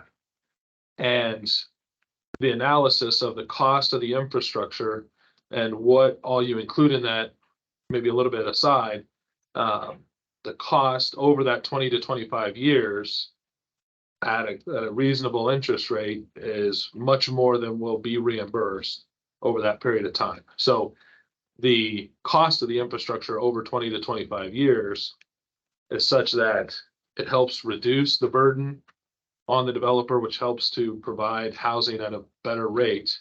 And so that's the whole idea behind it, is not to necessarily pay for 100%, but to reduce that burden to a degree that's as much as possible. I'm gonna, Am I too fast to ask the question? well, there is one thing I'd like to clarify if I could. If you don't mind, because Bert kind of jumped my next, he jumped to the next section of the book. So there's zero risk to the town. Well, I'll grant that one, but there is an investment by the town. Right, and so let's talk about what that is. So what the town and the developer are talking about is how much of the cost of the sewers and roads is the town going to pay for. And when we say pay for, we mean give up some of the tax revenue that gets generated by these homes and give that to the developer via bond payments, right? So there is, if you total up all the tax revenue over 20 years expected from this project, you're going to get a number, and the number's under analysis, but it's a big number. It's $11 million, right? So how much of that are we willing to give up? Because if we don't give up any of it, Burke's not building any homes, right? And so Burke's not building any homes, right? So, and so what we've taken is an approach that says, all right, we'll build the roads, and then you build the homes, and we'll get the sewer and the water close enough where you can connect into it. That's basically it. Well, that's in what we're calling infrastructure. And then what's that worth? And so we've been trying to figure out in our minds what it's worth and trying to agree with Burke on what it's worth. And we're getting a little closer, but we're not there yet. Right? Where we're at on that discussion is there's $1.3 million in the Ready grant. And Midwest Engineering gave us a number in the area of, the range is $4.5 to $6 million for the infrastructure. Now, Burke would have you believe that all the infrastructure, including dog park and stuff like that, infrastructure is kind of a broad term, right? Where do you draw the line on what? We're limiting it to the roads, the curbs, the sidewalks, the sewers, the water, supplying the water. I'm probably missing something in there. But, what we think is infrastructure. Dog parks in our mind aren't infrastructure, but amenities are important to the project. And if you put all of that together, it gets where I think your initial numbers were 11 million or something like that for that part. Correct, for the, Does it sound right? right, for the, so oftentimes too, in some of the analysis that's out there for like the Ready Grant process, that asks for phase one, phase two type analysis on what that cost would be. Well, there's phase three and phase four as well, and some of those costs are included in that. So, on one hand, when we look at the total cost over that period of time, you are getting into that 12, $14 million cost over 20 to 25 years. Based upon the outlay of the expense and then the time of recouping those funds. So, really, you know, when you start to look at some of the costs of these things, the total cost per lineal foot of a sewer pipe, going from materials and installation and all that, is about $100 a lineal foot. So if you've got a couple thousand feet of lineal foot of water, a couple thousand feet of lineal feet of sewer, a couple thousand feet of lineal feet of storm, all these things start to add up really, really quickly. And so that's where you get to those several millions of dollars. And Centennial, we had over $5 million in infrastructure costs on a site that was half the size. So what we're going to do, and it's in the frequently asked questions, what we have, what we're about to offer Burke, you may have heard this to the group or not, but what we're about to offer Burke is the 1.3 million in the Ready Grant. There's a $1.3 million match that we made for the Ready Grant. And we would do a separate bond at the 1.3 million for that. And then we would do a second bond for 3 million on top of that. So that's 3 plus 1.3 is 4.3. And bonds plus there's some capitalized interest that you would put into the bonds. There's the cost for the lawyers, professionals and everything. And so that $1.3 million bond, the $1.3 million, what is the value of that bond to Burke, actually becomes a $1.8 million bond by the time we start getting revenue where we can pay the bond. You know, that's where the capitalized interest comes from. So one of the things is in the paper you read that the count consideration of up to $6 million, and that is the maximum consideration of the maximum, and that's why we were saying the other night on Thursday night that was still under negotiation. I don't know if that came out as clear as possible, but that was one of the reasons. I'm going to interrupt. And are you ready for questions? Okay. Yeah, well, it was a legal notice, right? It was, So the lawyers are, what's the, you know, how big is the bread box? All right, up to 6 million. Ooh, go ahead, because you were waiting. This was, Lee Marshall, 4244 Forest Place, everybody calls me Boo, so that's what they're gonna say. So this was the part that I was looking to understand was the bond part. So I just took the number of, 6 million, right? So if you pay that back over 20 years, I ran this initially at 25 years, and then I realized you guys were talking about 20-year bonds. It's about $300,000 a year. That's not really including interest or anything, but just trying to get rough numbers, right? So then this development is about a $30 million development. Is that right? Correct, Well, yeah, across the, so as a TIF property, right, isn't it like 0.2, it's 2% or something like that, which would generate about 600,000 plus a year sort of TIF revenue, right? That we've been, this is the part you were talking about, Marty, about giving up. So about half of what it would be generating at its full capacity would be going to pay the bond. But that's at its full capacity. And so I was trying to figure out, like, when it's starting out, right. and you need all this money upfront for infrastructure that we have to pay for. And when I'm assuming, and I don't know that this is true, that TIF revenue money would still come through you guys, but you just be paying him half of it. So type of thing. So how does the Well, work change? there's that. I mean, I'm concerned about the amount and the amount up front before this is something valued at its maximum capacity 4 or 5 years from now, right? So how does it survive in its infancy? Yeah, how are we paying you if you're fronting the money, Okay. right? How does that work? And then the overlay of that, I was looking at CRC's, what do you guys call dashboard? And you guys are actually functioning on negative cash flow, right? You're not running positive, I think, until like the end of 2025. And I was just wondering, like, how is that gonna impact that as well. Okay. Do you know what I mean? Where are all these, how overcommitted are we? And how do we deal with Well, you in I'm the gonna first freeze, 3, I'm 4 gonna years? freeze because we Sorry. gotta entertain that initial question before we lose it, Yeah, right? sorry. And the overcommitment's moving us towards an already answer maybe. And Marty, you want to address? Yeah, so the CRC balances are not in play at all here. There's no CRC money coming out of our bank to support this project. All of the money supporting the project comes in the form of bonds that we will issue. And I'll clear up the confusion in a second. Let me talk about the relative, and this is very, very rough. Okay. So let's say there's 11 cents in property tax that comes in from this project over 20 years.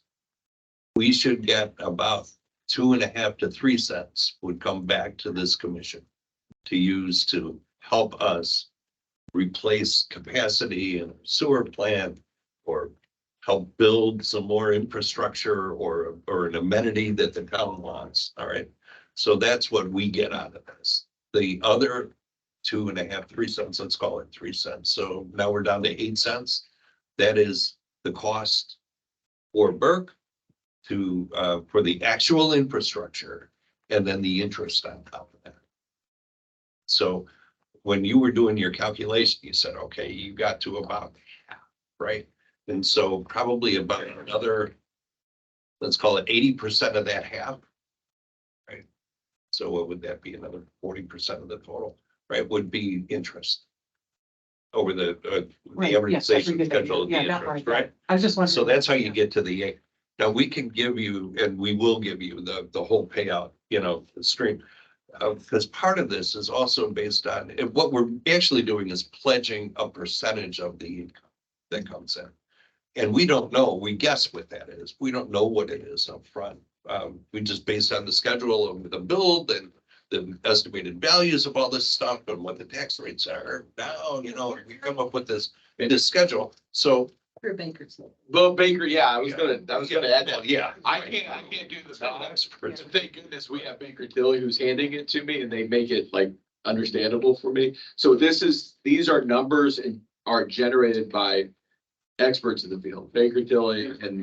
Because I just wanted to understand, because, initially guys were saying, well, we get 2 million over 20 years. And I'm like, okay, that's 100,000. I mean, not that I, better than poking the eye with a sharp stick, but it's not like, wow, that's an enormous sum of money. And I realized also that this development can also increase in value and totally change the numbers anyway. Right. But I still don't understand, how are you getting paid out of the gate the day you start the project? That's what I don't understand. And Gary's gonna answer. Yeah. I mean, you're gonna take those bonds and you're gonna go to a bank and they're gonna lend you money against that future cash flow of tax revenue. That's how you're gonna be made whole up front, correct? On the A bond that we're looking at for the 1.3 would, the developer has the option to go to a bank and take a loan out against that bond to purchase that, to put that 1.3 in. So the initial cost on infrastructure, whether we talked about the 1.3 from Ready and the 1.3 matching for 2.6 would come in at the beginning. The Ready is technically a reimbursement, so it has to be paid out and then it's reimbursed through certification of invoices and those types of things. As the developer can go through the A bond and purchase that as a different type of bond process than the B bond is. The B bond is a true developer bond that's for the 3 million, and there's no cash that changes hands. And there's no outside bank that's purchasing it. There's no outside bank that's lending funds to purchase it through the developer. Here you would have Alan and Chris Collins on the A bond going themselves personally and borrowing the money from the bank and investing that into the development. But they have a cost to that. The bank wants to get paid back too, right? So they have to repay that loan to the bank. So they'll have an independent loan that they have to make payments on. But they need that seed money, that 2.6 million, to help pay for some of the infrastructure. And then in Lee's question is, how do you get paid back?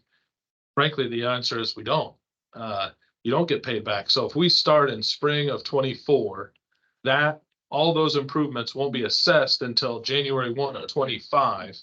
And the payments on that won't be made until 26. There's about a 3-year lag on Right. that. So, and in that time, the purchasers of the A bond, if that's Alan and Chris or whoever that might be, right now leaning towards Alan and Chris on a personal basis, buying that, they have to pay the bank back on a monthly basis for that loan. So they get the seed money, but they have interest and principal payments to be making. To all the end here of saying that there's a concern about, is there the market to be able to satisfy that? Alan and Chris have over 50 years worth of development experience in Marshall County and surrounding northern Indiana, and they're willing to bet millions of dollars that there is the market. And they're not everything they've touched has turned to gold. They've had their learning and lessons and things, and they've learned from those, and they're in a pretty good spot to analyze what the market is, and they have faith in the project to this point. Thank you. Gary, did you get your question? Very confused. Okay, all right. I think maybe this could go into frequently asked questions and Yeah. they could. Gary, if I may be so bold, I think you want to know, so you want to understand the second part of that. You understand the A bond, because that's the. No, I don't think he does. No?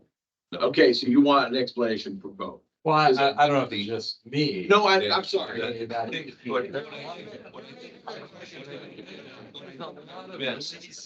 Yeah, no, I agree. And so, Gary, what I think I missed is that the A bond purchased by the developer principals is converted to cash and is used as cash up for the developer. Then They buy it and then, they buy it and monetize it yeah, okay, so they sell it? to the bank. Well, no, they're gonna hold it, but they're gonna loan against it. Yeah. Correct. There's a mortgage. I mean, not really a mortgage. It's not recorded on the property, but it's a loan to the purchaser. And then that purchaser is obligated to make those payments. If they get the cash to be able to invest into the bond then turns around and pays that to the developer. So it's not the developer purchasing the bond. The developer is Culver Equities LLC. They're not going to purchase the bond. It may be Alan and Chris. It could be if someone else wanted to get into investment, they could do that. Burke, would it be possible, and might be the teacher and me speaking, but can we get not a simple, I'm going to say simplified, almost a visual, a flow chart of how this works in terms of who goes where? And that way we see it and I can post that on the website. Would that help us with that? I think that another factor of this is the town has bond counsel who does only that's his legal practice, Phil Facenda, and he's excellent. And he can help provide that. So it's not just, the developer's attorney says. Yeah, no. Your guys' attorney will be able to provide that and, with parts. But working with you and Right. Bill, we could get a visual out there that might help. And if it doesn't, it'll at least raise more questions. And We'll we'll continue continue to working work on that. Okay? Yeah, But thank you. I'm sure Phil's group has done a lot of these. Oh, absolutely. Oh, yeah. It's not his first rodeo. No, it's not. They probably have something they can pull off their C drive or whatever. And I appreciate you look bringing, like I that. appreciate you bringing that up because I wouldn't have thought of that on my own. Thank you. Okay, well, let's move along.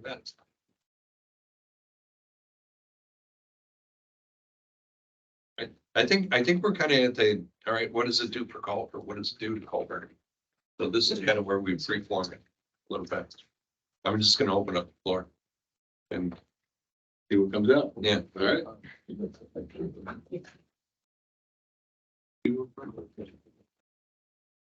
Rich, The question, I guess, is the town not obligated to extend water, sewer, and stormwater to down Main Street to the, I don't know what, to the tree line there or to wherever the, irregardless of what happens with the dunes, that's something that we've committed to do and we're relating doing. They were obligated to Yeah. go all the way now to the executive storage because it's been annexed in and annexation requires utilities. So regardless of whatever happens with the dunes and the housing project there, the town is obligated to fund that infrastructure development to that south end of, Utilities specifically. well, water, sewer and stormwater, or no, but we, right, not stormwater, but Water. yeah. Thank, so the answer is yes. Yeah. Right. And Patty Stallings, 506 Lakeshore Drive. We've asked this question before, then how much will it cost the town to and their obligation to take that all the way down to the end of Main Street? But, and we're just talking sewer and water, we're not talking lights and. I think that's probably why we're talking with Midwestern to get an estimate of that. It's definitely a separate piece, because if you didn't do the dunes at all and you still had to put the utilities in, there was a number for that some years ago, because we should have done it a lot sooner than we have. So Bob has an old number from Midwestern, but a lot has changed since 8 years ago, I think, when we got that number. Inflation.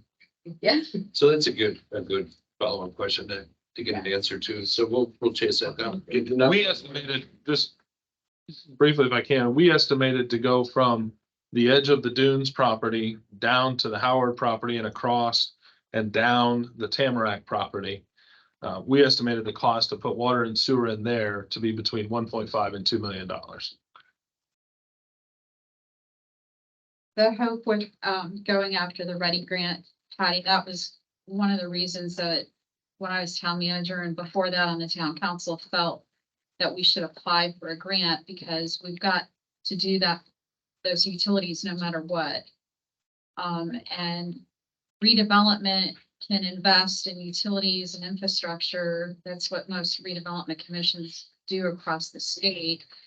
And the thought was, if we have to put it in anyway, let's see if we can do it without it being a burden to the taxpayer.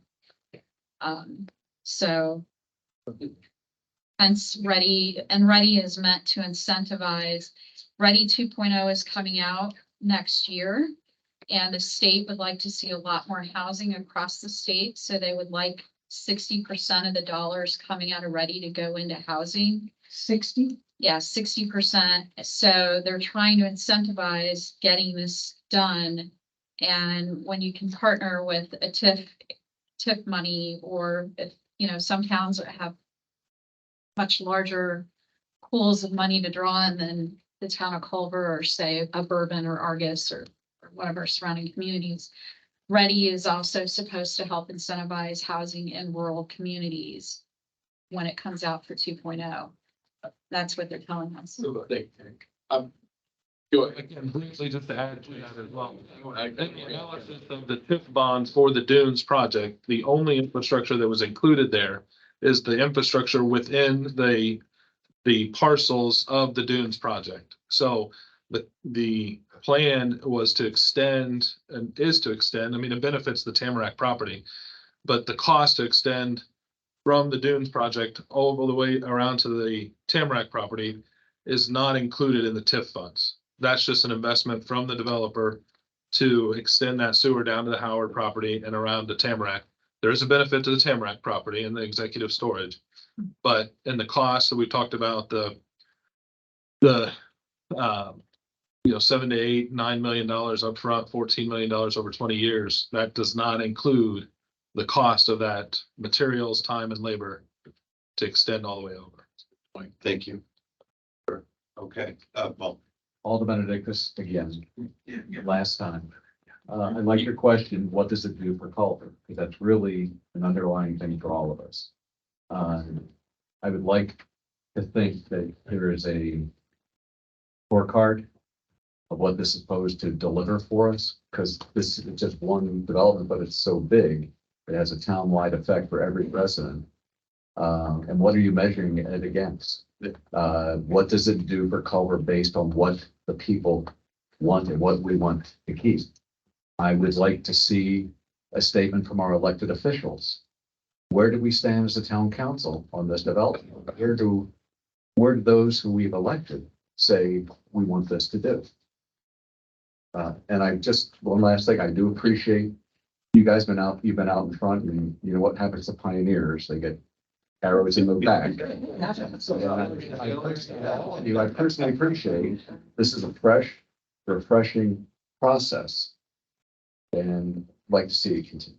Paul, I'd like to really quickly, I'm not trying to put these, last Thursday, I heard the word vision, right? What's the target? And back in the day, we had indicators for success. When we would go in and we would try to change an environment, we would be looking for specific indicators that were, we put something in the petri dish, we want to see it happen, right? Causation. And so the other night coming home from Thursday and over the weekend, because God knows I couldn't watch the Bears, I sat down and I thought about that vision and it's very close to a scorecard. But I used the word, what are my indicators? And I tried to put measurables and I tried to break them out in terms of the school system and what is it going to look like for community?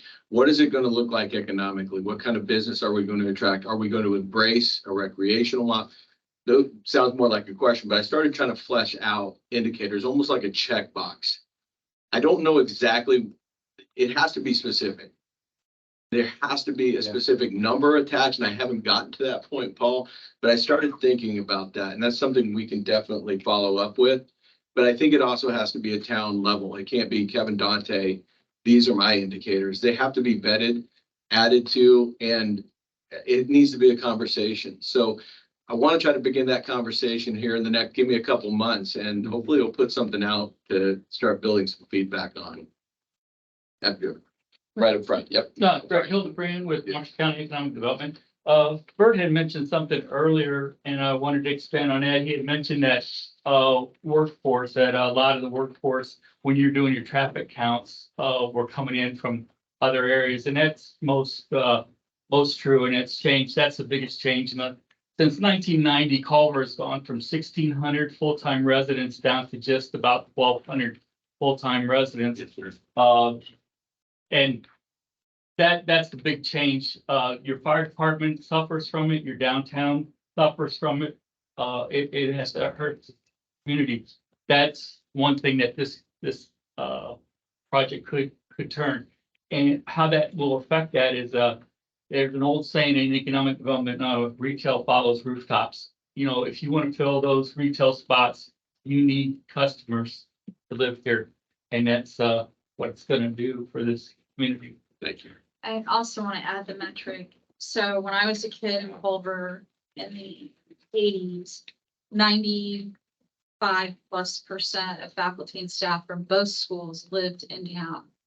And today it's less than 40% from both schools. Yes. When we did the bear interviews with MCEDC, the number one issue that our businesses brought us was lack of housing for the talent they're trying to attract. So when Culver Academies wants to bring a teacher in, or Culver Community School, or the cabinet company for that matter, people love the town and they go, wow, what a beautiful place. Yeah, I'll teach here and come to this prestigious school. And then they can't find a house. One, there's no inventory right now. Two, it's not affordable for that middle class income. So for me, a metric would be that more of our potentially full-time residents who work here would actually be able to live here. We're also a tourist industry, no doubt. So we have wonderful restaurants and services for people who vacation here, but those people can't afford to live here either. So eventually you're not going to be able to have those workers. And I think that was in the comprehensive workshop. Yeah. And then your school population is, I think, a good one because that has declined at the community school for decades. But especially in the last 15 years, when we put in the paddocks and Sandhill Farms, we brought 24 more kids to the school population. Money follows the kid in the state of Indiana. So for all 24 of those kids, you get about $8,000 per kid going into the school. Now, if we don't want to have a school in Culver, then let's not use that metric. But I think from what we learned in the last 15 years, we want a public school here. Yeah, thank you. Yep. Around. He has a. Yeah, absolutely. Go ahead, sir. Thank you. Albury, 921 South Plymouth. Yeah, talking about Mayberry and Opie and Andy and Uber and all that. And, By the way, big fan, so. Yeah. Yeah. just trying to make a little humor, but how do we get to, I heard the developers, vision, market analysis, which, you put things in tight and go vertical and good things happen money wise. When, I'm relatively new here because I came from, or couldn't go back to my original town in Ohio, a little place called Spring Falls, 20 years ahead of Culver. And essentially Cleveland moved out and everything changed. Same thing's happened down in Florida. That kind of vision of, front porches, golf carts, interacting with folks, walking around. And now it seems like we have a mix of condos, which doesn't speak to kids and yards and, growing up. It doesn't speak to a front porch mentality. It could become kind of a new Chicago thing, because if it's market driven, there's a small percentage of seniors, seems to be a demand for a lot of families been here that mom's coming back or the kids are coming back, that I think there's probably, in my sense, a need for, senior type housing options, which means less yard, somebody else maintenance, care, that kind of thing. But when you talk condos and stuff like that, it kind of, to me, it ends up being new Chicago. Because what is a condo person? I don't want the yard. I don't want it. And is a guy or gal working at cabinet gonna be a condo owner? Or working at the marina gonna be a condo owner? I don't think so. So I just kind of offer that up, that, what does the town get out of it? We get a lot of demand. And I'm gonna drive by the Culver Cove just to see how many lights are on and how many cars are in the parking lot. Sure. And Okay? And it'll give me a sense of condo, how much of the was really gonna contribute to the town. and I think and I'm just asking, have you seen the site plan? Yeah. Okay. And there is the aspect of the apartment, but there are single family homes and the diversity of the housing. But I share your concern, absolutely. And what is that going to look like on our environment, right? How's that going to change? Appreciate it. I've seen in Florida, I was on board, 2,223 homes, went through every thing. And one of it was, you come in with the good houses, you have your subdivision on 150 houses. It attracts everybody to that division. The last thing that's put in is patio homes and, connect stuff. Thank you, sir. So. Yep, absolutely. And Patty, go ahead. Didn't mean Patty, sorry, Boo, go ahead. I'm in my head right now. So yeah, I just want to quickly say, I grew up here. It was probably 10 times the housing as when I grew up here. And we've lost people. So I don't know that housing necessarily brings people. I know that there's a great demand for housing here. I think Culver's become a resort town, and I don't think we've ever made peace with that. But I just think that's the conflict that we deal with. And I also would say that bigger towns around here don't necessarily look better than we do. So you can look at Plymouth and look at their Main Street. It's as bad as ours. Look at Bremen. They got all that small manufacturing. Theirs looks the same. Okay. So we're not solving it by being bigger. That's not necessarily, I'm not connecting that dot. I just want to say. And the thing about the kids, that was so great that all those kids ended up on the Christmas basket, right? Marlene last year, 75% of her time and money as a township trustee went to the paddocks. And so when these things happen, you say, yeah, we have more kids, but then you put pressure on the food pantry, you put pressure on blessings in a backpack. And I just got, we were just getting silence for the Christmas pack. I got 21 new families and 39 more kids. I'm like, where are they coming from? But anyway, you just have to look at what kind of pressure you put on when it's sort of a body at all costs. I just want a body, and think about what it does to every other creature in town that serves that population, right? There's a connected, Yeah. synergy and a connection. Yes, sir. Good evening. My name is Daniel Sherman. I'm an attorney from Valparaiso, and I'm here on behalf of several clients that are part of a neighborhood group called Culver Neighbors for Responsible Development. I'm going to just want to give you a little bit of an outsider's view and then what I gathered from tonight. First of all, I want to commend this commission for engaging the community, which is what I experienced in Valparaiso for the last 19 years. I've also lived Western Michigan, South Bend, Chicago, so I've lived a few different places. But where I live now, we have a project that's the largest housing project ever. It's 275 homes next door to where I live. Now they're single family, large development, but we're a town of 30,000 people. has 275 housing units. This is a huge project for this town. As you mentioned the numbers, it's essentially 40%. And I think what we're talking about now is how's it going to change the character of the town, which in my opinion is probably the most important thing. You got costs and everything else. But this consideration, it looks like it's very developer driven and it's got good intentions. And those are two very interesting concepts because they both can work favorably if it's a good developer, the right developer, the right intentions that are vetted.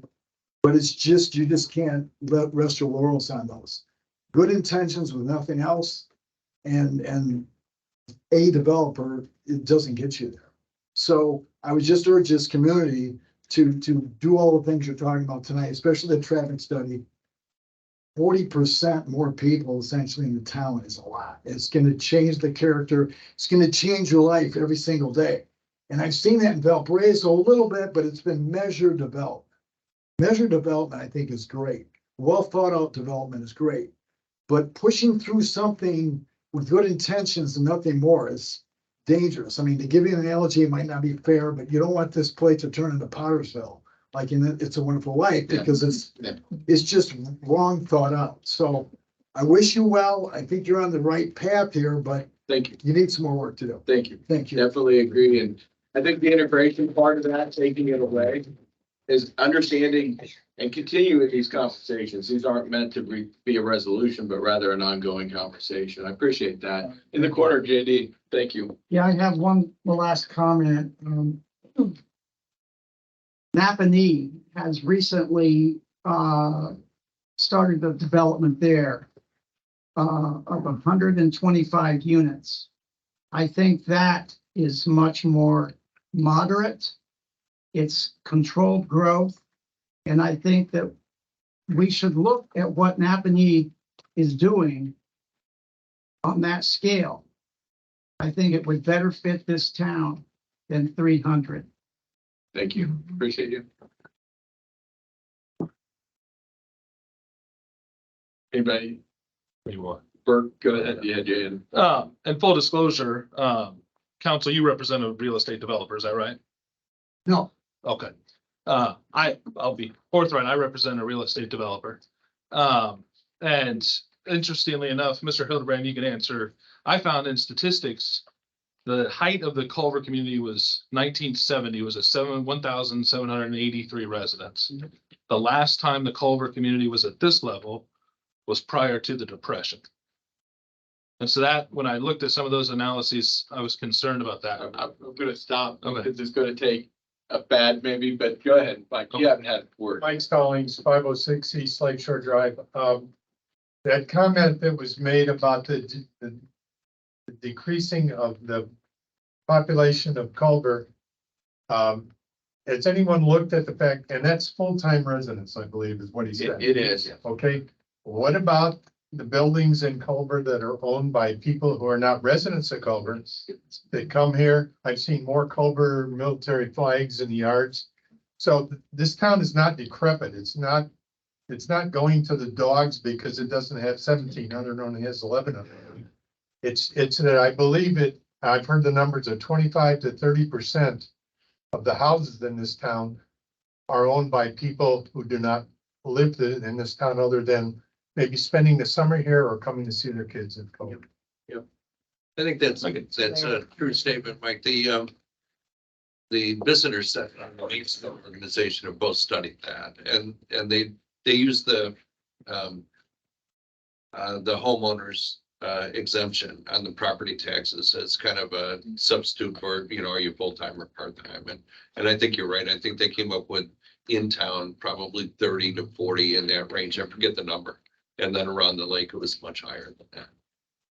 It kind of reminds me though, and I'm going to go back to something that Paul said, Barry, that it loses the front porch and it loses that small town feel, because what I'm seeing, and this is obviously just conjecture, it's observational, but I'm seeing those homes being bought. I'm seeing those homes being torn down or remodeled and changed and altered and driven to a price point that will no longer support anybody coming in that is a local and again, that's speculation. I agree. There's a a dilemma there, and I call it a dilemma for a reason, right? It's a double-edged sword, but I appreciate both comments. So I'll give you my perspective if I could.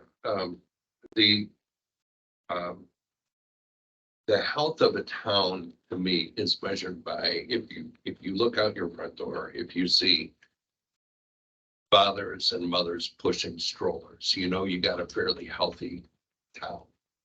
And we don't have a lot of that here. And so I'm trying to figure out how to do that, because I know if we can do that, just about everything else will follow. We'll be able to fill up our main street, we'll fill up our school, we'll have a top school, right? And one of the reasons I favor the project going in, the idea of the project going in, is the amount of apartments, because I believe that apartments create families. There's not the families there at first, but you get them here and they stay when they start their families. And we don't have a housing that allows that to happen in Culver right now. And so I'm hoping that's part of what I'm hoping. We should figure out this stuff, right, and be thoughtful about it. But that's one of the things I'm hoping to learn that I'm right about. One of the things, if I may, just add to some of that was, I know that there's been a lot of participation from the members of the community and organizations and to determine, you know, through stellar grants and all kinds of opportunities, you know, what do we need to grow? What do we need? What does the analysis tell us about our community and developing the strongest community we can have? And we rely upon, I know Ms. Monroe's been part of a lot of that. We rely upon what that data shows us. And if I could ask Ms. Monroe to kind of explain in the analysis of housing, what type of housing has been identified in terms of what's needed in this particular community? Well, if you go back and look at the 2014 comp plan, the stellar plan, even the regional stellar plan, and if you look at Culver, a lot of our retirees end up displaced because they're living in academy-owned properties, and when they retire from the academy, they haven't lived in the town. So many of those people have been displaced. So we definitely have had a need for homes that would suit retirees from entities that are in our community right now. If you happen to if you were a faculty or staff member and you bought a house in the 80s or the 90s or the 70s, you're probably still here. But a lot of faculty and staff have been displaced outside of Culver. I personally know a lot of those people because they were my teachers. Same thing with the community school. We also knew that we needed more diverse types of housing according to the comp plan surveying we've done, whether we surveyed businesses, residents, and we've done surveys now I've only been around 16 years, but in my 16 years, there's a demand for more diverse types of housing, whether it's a retiree or it's a young family, or it's your kids returning if you're currently a retiree. We've also looked at the census data has changed dramatically in that period of time. So today, I just looked at census data for the current comprehensive plan. The new age median in Culver is 57 years old. 10 years ago, it was 47 years old. So we're clearly a retirement community or an aging population in the community. I'm not saying if that's good or bad. I just know that when we survey, housing rises up to the top. Single family homes that are affordable for a middle class income like teachers has probably been the biggest demand that we've heard about in the last 15 years. And so in terms of that, because I can understand the concern of the number of houses and how all that works. And I would say that in our analysis is that Culver doesn't need any more $500,000 homes or $800,000 homes or $1 million homes. They need more of those $300,000, $280,000, $350,000. And to bring that around, the reason why some of that cost is there is that at $100 a lineal foot for some of that material, that infrastructure that goes in, if you have a 1 acre lot with a big house on it, the cost of that lot becomes $100,000, $200,000 just in cost to get the materials, to get the water and sewer there. So before you put a foundation or put any wood or anything on it, you're already at $100 and some thousand of cost. And then if the builder wants to make a profit on top of that, that's how your houses that don't get very big get very expensive. Yeah, I'm gonna interrupt him really quick, because we're approaching 2 hours. And I don't want to say we're gonna stop the conversation. I prefer the word pause. Because this is an ongoing conversation. The one thing I do want your permission, and I'm asking you politely, I need you to I would like for you to take a look at the notes as I put them into the public. There's a public session folder inside the Dunes website where I'm posting my notes and some of these questions that I take, maybe some of the responses and answers for questions that we can go out and find answers for. Look at these notes from tonight, please. Email me if I missed something, if I didn't quite get it right, if I didn't capture your voice, if I misunderstood you, which can happen, as my wife tells me. I want to make sure that I have this conversation and I put that out there with you guys. Email me, call me here. I am absolutely 100% welcome to that. I just want to make sure that we put kind of a marker on this conversation quickly and make sure that I invite you to communicate with me on these notes. Can I just make one last comment? Because I hadn't thought of it until people started talking about housing in general, but last year, I think it was February. I don't know how many people read the Wall Street Journal around here, but Wall Street Journal came out and the top 3 places to live in the entire United States were all towns in Indiana. It was extraordinary. I did see that. Somebody to mention it, like, because all this talk about housing, is someone going to say that, and it was North Central Indiana. And then Realtor.com came out. I mean, they're owned by the Journal, and we were in the top 4. But then the next quarter we were there again, and the next quarter we were there again. And I'm like, we need to look at what these towns have. I mean, some of it's kind of obvious stuff, but what they're doing. Yeah. It wasn't like Midwest. It was the United States of America. We were number 1. It's like, look. But anyway, I just thought I was. Thank you. So we still have a meeting to finish. Yeah. But I was just putting it closer to the. To be continued. Thank you all for coming. This would be a good. If you want to take it personally, if you all. Make sure y'all remember stuff. Thanks, everybody. It's much appreciated. Yeah. You'll get it. Thank you.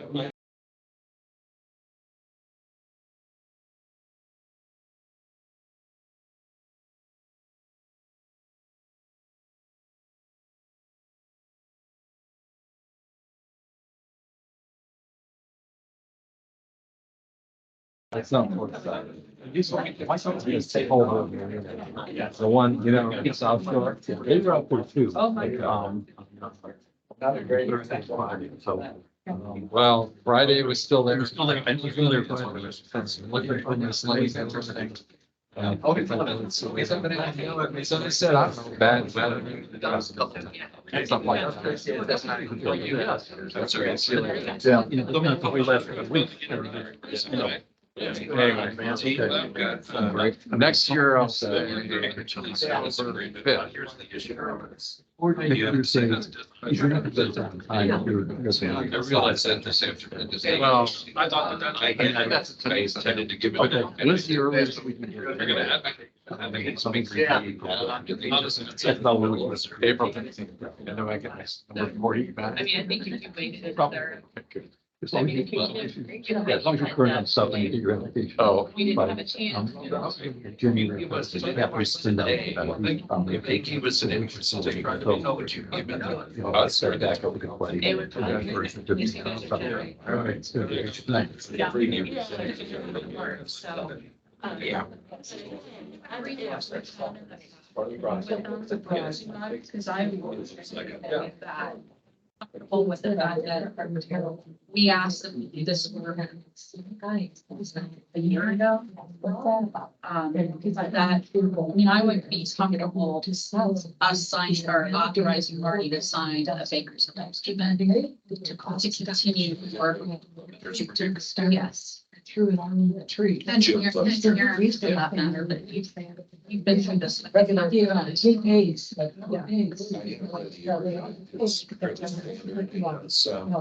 It's mostly geared toward the dunes, but it also, does allow for the ad hoc, one-off type projects. So then I'll motion to approve that agreement pending leadership review.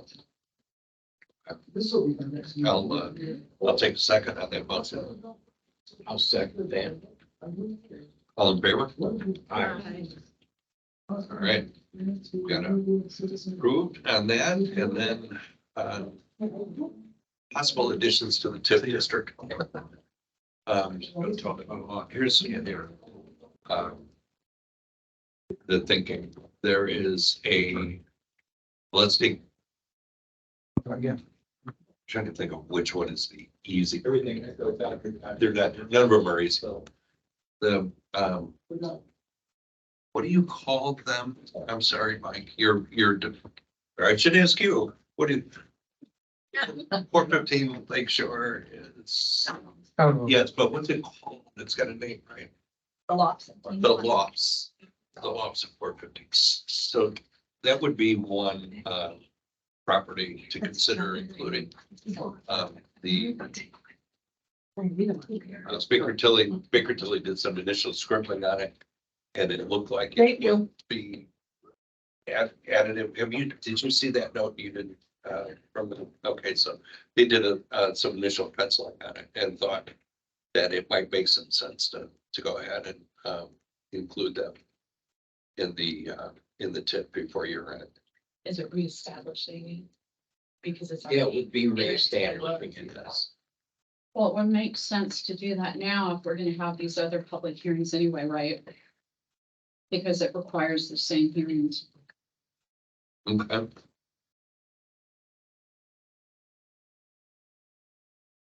So I'm gonna take that as a general. Okay, to pursue, to consensus, take the next step. All right, the next one is where the subway is going in, right at. Yeah, Washington Main Street. It's not in it today. I was gonna say, I don't think so. Yeah. When it was the eye doctor? Yeah, no, it wasn't in it as the eye doctor. And I'm not sure, and they said they'd have to look to see some better numbers. But it's the actual structure that's taxed rather than the volume of business we do. Yeah, oh, it is? I thought there might be a commercial value on that. On them, depending upon what it is. So you're saying that revenue, square feet? Yeah, and if they don't change their footprint, then it probably won't. I'm not sure that the value will Well, why don't I give, increase drastically, but you could ask, look at it. I'll ask Baker, I'll give Baker Tilly whatever information they're looking for. And we'll get an answer on that. The last one is interesting. It's the project right above where it's blue there on that map. Where Culver Storage is interested in putting, or is going forward with a project to build storage units. More than what's there. Well, there's nothing there now. It's not Culver Storage, it's on the property west of the dune. Right. Or west of Oh, those paddocks. talking about the executive. West of the panel. West of the paddocks. No. It's not Culver Storage. Nope. At Jefferson. Isn't it called Culver Storage? Yeah, Culver Storage is the one out by the parking shop. And it's a different owner. Different owner, different name. Can you explain the project to us, Kevin? Not really. Was that, are we talking about the, I sold it. okay. So it's part of your property, It or was was. your property? Okay. There's about 12.5 acres there that they are building a storage facility on. Have they rezoned it C2 or C1? Now they got a variance because it's S1. Oh, okay. It's the same group that put in storage units in Bass Lake. Pathway Selling back. those and stuff. I just. The issue is that it's You know, county, it's gonna be- it's county property. It's not town property. So we would have to annex it or get the county to agree to include it in our town. Do you have any advice on what's the easier route? Because there's no question it would be valuable to add to the TIF. Is this right off of Jefferson? So it's further into the development. Be more expensive to annex it and more. I would assume. You'd have to get utilities out there. You don't have to get. Utilities are there basically because it touches Sand Hill Boulevard. Yeah, you still would have to extend it within what, 300 feet of them or 30 feet of them? or- Well, I asked the question. I'm sorry, my brain's just so, it's like scrambled eggs right now, but I did have a quick conversation with a representative of the owner who told me about the infrastructure and said what he needs is already there. Okay. And They're not planning anything other than some security lights. There is no facilities there. There's no water and sewer. There's nothing that they're doing out there. So there's no Just office. electric, basically. Electric is all that they need. And it is within 300 feet of water. And depending on how they would get it, possibly sewer also. As I said, they're extending a road. No. to get to it through I the, think they have bought that house. Yeah, they bought the house on the west side of And they're gonna Sand Hill use that. Boulevard, and they're gonna use that as their entrance. Okay. It's like, I don't see how they're getting back in there, but that makes sense. Don't know that you're gonna be able to annex them because there's no benefit to them to being annexed, so I'm not sure why they would. Mhm. I asked him that question. He said they wouldn't oppose it. Haven't finalized an answer on it, but they, in going in, wouldn't be opposed. The county would not likely want to just give it to us to put in a TIF because the assessed value of it would produce some revenue for the county. So we'd probably have to annex it if we were gonna try to put it into our TIF. Okay. So they're turning dirt soon, right? So They've already started, they've got their permits and so we need to do it this year, one way or the other. How many units are going to the you know? I don't know. I do. I think he said it over like 14. I think it was, yeah. 14 building. 14 bills, yes. Yeah, that's what it meant. But 14 units within. Yeah, he gave me an estimated value too. 14 building. My buildings, so there'll be multiples. Yeah, it was like 4 units a building, 14 buildings. Would be more than that. Yeah, 65,000 square feet on the road. There's one at Plymouth, they're adding 100. So should I reach out to Ty and confirm that the county won't help us? And then we would look at Yeah, I probably would. annex. I'll reach out to Ty.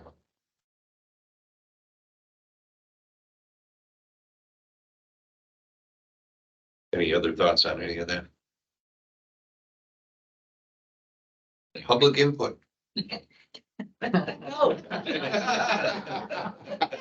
short. It's short as. It's going to say. Patty Stallings, 506 Lakeshore Drive. I want to thank all of you, representing the Culver Historical Society for the wonderful donation you made. It was even less than we thought it would because they could use some of the products, so that's why it was a little bit less than. But we were able to raise, the rest from the foundation, Marshall County, and from our special members. So, but that was a big chunk that you helped us do, and it's beautiful, and it lasted at least 25 more years. And we appreciate that. Thank you very much. Thank you for having the vision and the, I don't know, courage is quite the right word, but it's close, right? To take that project on Oh, and it's not easy. no, they're very dedicated to that park. Yeah, well, that's Yeah. clear. It's a nice little park. It is. Yeah. Mhm. Thank you. Any other public comments? Member comments? Let's start with you, Jenny. No, I'm hungry. Sarah? I'm hungry too. She's been listening to my stuff for an hour now. Sally? I'll second that motion. It's by me. Any thoughts from Kevin? Town manager With report. 3 hungry women across from me, absolutely not. God bless and let us go. I will say thank you for prepping all the documents. Yeah. Yeah. Among the three of you, I felt like I really could do my homework and I was waiting on my mom at her doctor appointment. I just read it, so literally. I appreciate all of I you think for it. it didn't come out the way. it Did said. a nice job. Yeah. Okay, well, thank you. I'll give the credit to Kevin for. Come on. I'm sorry. About just, Yes. 232 Main Street. I just have a question. You said something about, and Patty was talking, and I'm just wondering, I forgot what I was gonna say. The website, the website, On the website. site, how do we get on that website? I'll tell you what, if you will email me, if you don't mind doing this. 'cause Okay, I can email you. Email me and I will send you a link that will take you directly to the Because I just website. did what you told me. Yeah, because I can't. Yeah.